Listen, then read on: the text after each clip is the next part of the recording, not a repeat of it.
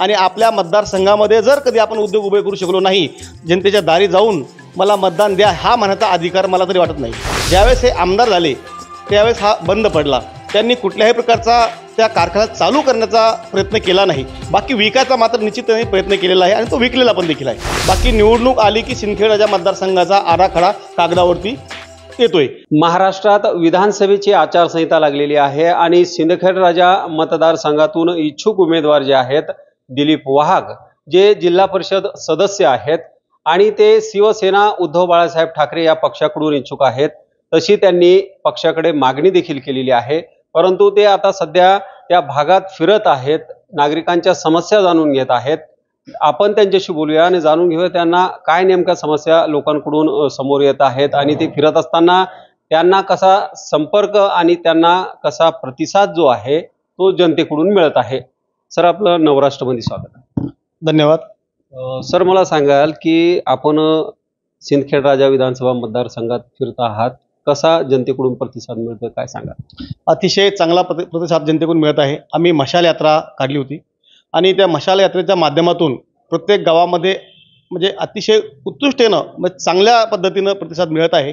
या ठिकाणी 100% मशाल या चिन्हाचा विजय होईल अशी आम्हाला खात्री आहे. जनतेत फिरत असताना काय नेमकं जनतेच्या समस्या आहेत? त्या ठिकाणी बराच सिंदखेड प्रश्न आहे.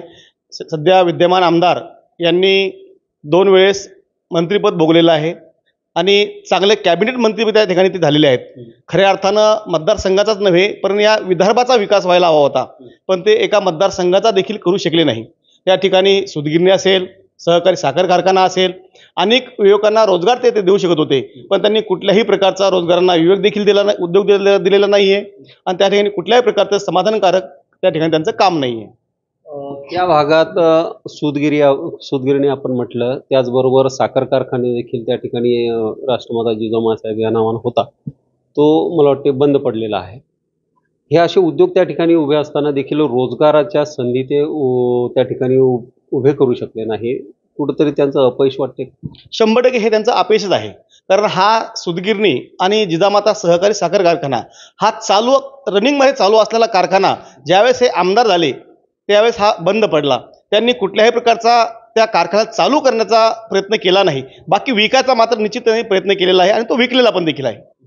एक प्रश्न असा आहे की BDCC बँक जी आहे त्या BDCC बँकेवर ते विद्यमान आमदार होते आणि त्यातही मोठा घोटाळा झाला आणि त्याच्यानंतर त्यांनी पक्ष फुटल्यानंतर ते त्या अजितदादा पवार यांच्या सोबत गेले. असं असताना ते त्यावेळेस त्यांच्याकडून त्या BDCC बँकेसाठी निधी देखील त्यांनी उपलब्ध करून घेतला. परंतु आता ते पुन्हा म्हणजे शरद पवार गटात येऊन निवडणूक लढवण्याच्या तयारीत आहेत. कसं वाटतंय तुम्हाला की पुन्हा त्यांना त्या ठिकाणी जनता स्वीकारेल का? त्यांना त्या गटामध्ये जर ते राहिले त्यांचा पराभव निश्चित आहे हे त्यांना कळलेलं आहे. म्हणून ते आज अजितदादांना सोडून शरद पवार गटामध्ये येत आहेत. कारण शरद पवार साहेब, उद्धव साहेब यांना सहानुभूतीचा लाट आहे आणि उद्धव साहेब मुख्यमंत्री असताना त्यांनी नुसत्या एका अंगठ्यावर शेतकऱ्यांचं 2 लाखापर्यंत कर्ज माफ केलं. हे एक उद्धव साहेबाबद्दल एक वेगळी सहानुभूती आहे, ही त्यांनी लक्षात घेतली. आपण या ठिकाणी विजय होऊ शकत नाही हे त्यांच्या लक्षात आलेलं आहे, म्हणून ते या ठिकाणी येत आहेत. राष्ट्रमाता जिजाऊ माँसाहेब यांचा जो जन्मस्थळ आहे त्या जन्मस्थळाचा विकास आराखडा देखील शासनानं मंजूर केला होता, पण कामं त्या ठिकाणी झालेली आहेत का काय सांग? हा आराखडा फक्त कागदावरतीच आहे. कुठलाही आराखडा मंजूर झाला नाही झाला हा त्यांचा प्रश्न आहे. बाकी निवडणूक आली की सिंदखेड मतदारसंघाचा आराखडा कागदावरती येतोय. म्हणजे प्रत्येक दरवाजे आज 30 वर्षापासून कंपल्सरी आहे किंवा 2 महिन्या अगोदर निवडणूक आली की महानगरपालिका असेल, तिथली नगरपालिका असेल, हा कागदावरती आराखडा बनतो हे निश्चित आहे. हे तिथली जनताही आपल्याला सांगेल. जनतेत जात असताना सलग 15 वर्ष ते आमदार राहिलेले आहेत. असं असताना देखील तिथे विकास झालेला नाही. आपल्याला जर जनतेनं संधी दिली तर आपण कुठल्या कामाला प्राधान्य द्याल काय सांग? मी निश्चितपणे त्या ठिकाणी ज्यांना रोजगार नाही आहे या माझ्या उद्योगाच्या माध्यमातून अनेक उद्योग आम्ही त्या ठिकाणी आणून रोजगार त्यांना 100% देऊ आणि शेतकऱ्यांना शेतीमालाला भाव आणि त्या ठिकाणी जे बंद असलेले कारखाने, सूतगिरणी हे 100% आम्ही आमचं काय पणाला लावायचं ते लावू आणि त्या ठिकाणी ते चालू करू.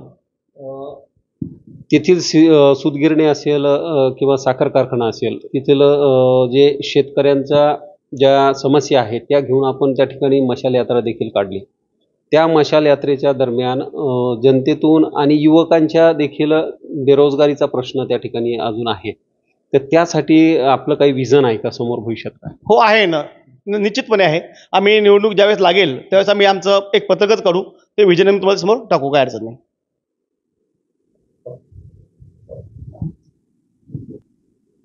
एक प्रश्न असा आहे की सिंदखेड राजा मतदारसंघामध्ये एक सोया मिलचं देखील त्या ठिकाणी आणण्यात आली होती. काय नेमकी परिस्थिती त्याची सध्या?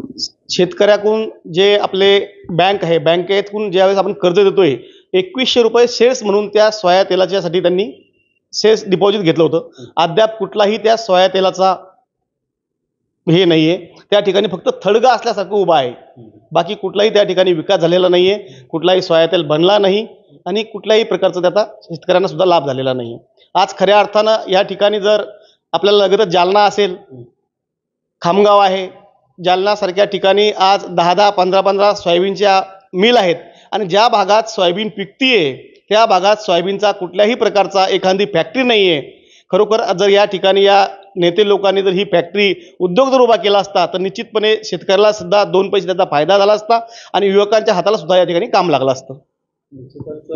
आणखीन जे नगरपालिका जी आहे आपली, या नगरपालिका क्षेत्राचा काही विकास झालेला आहे का?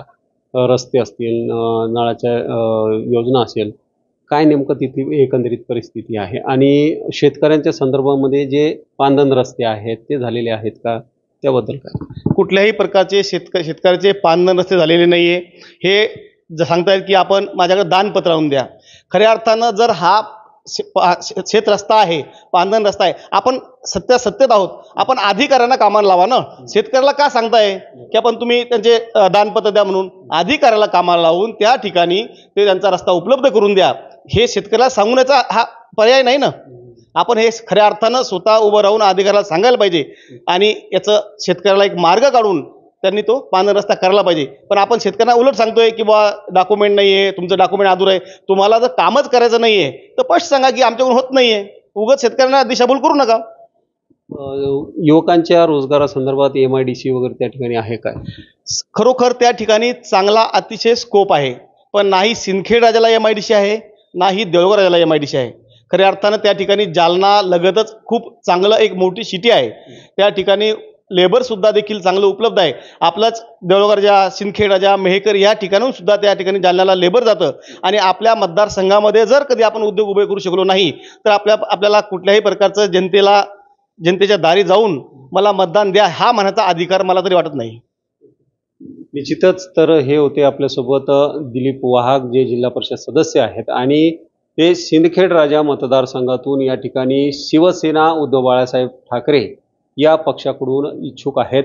तशी मागणी देखील त्यांनी पक्षाकडे केलेली आहे आणि त्यांना जनतेने जर कौल दिला, त्यांना जर आमदार केलं तर त्यातील युवकांचे जे प्रश्न आहेत, बेरोजगारीचा प्रश्न सोडवण्यासाठी तसेच शेतकऱ्यांच्या प्रश्नांसाठी ते समोर काम करणार असल्याचं त्यांनी या ठिकाणी सांगितलं आहे. दीपक मोरे, नवराष्ट्र, बुलढाणा.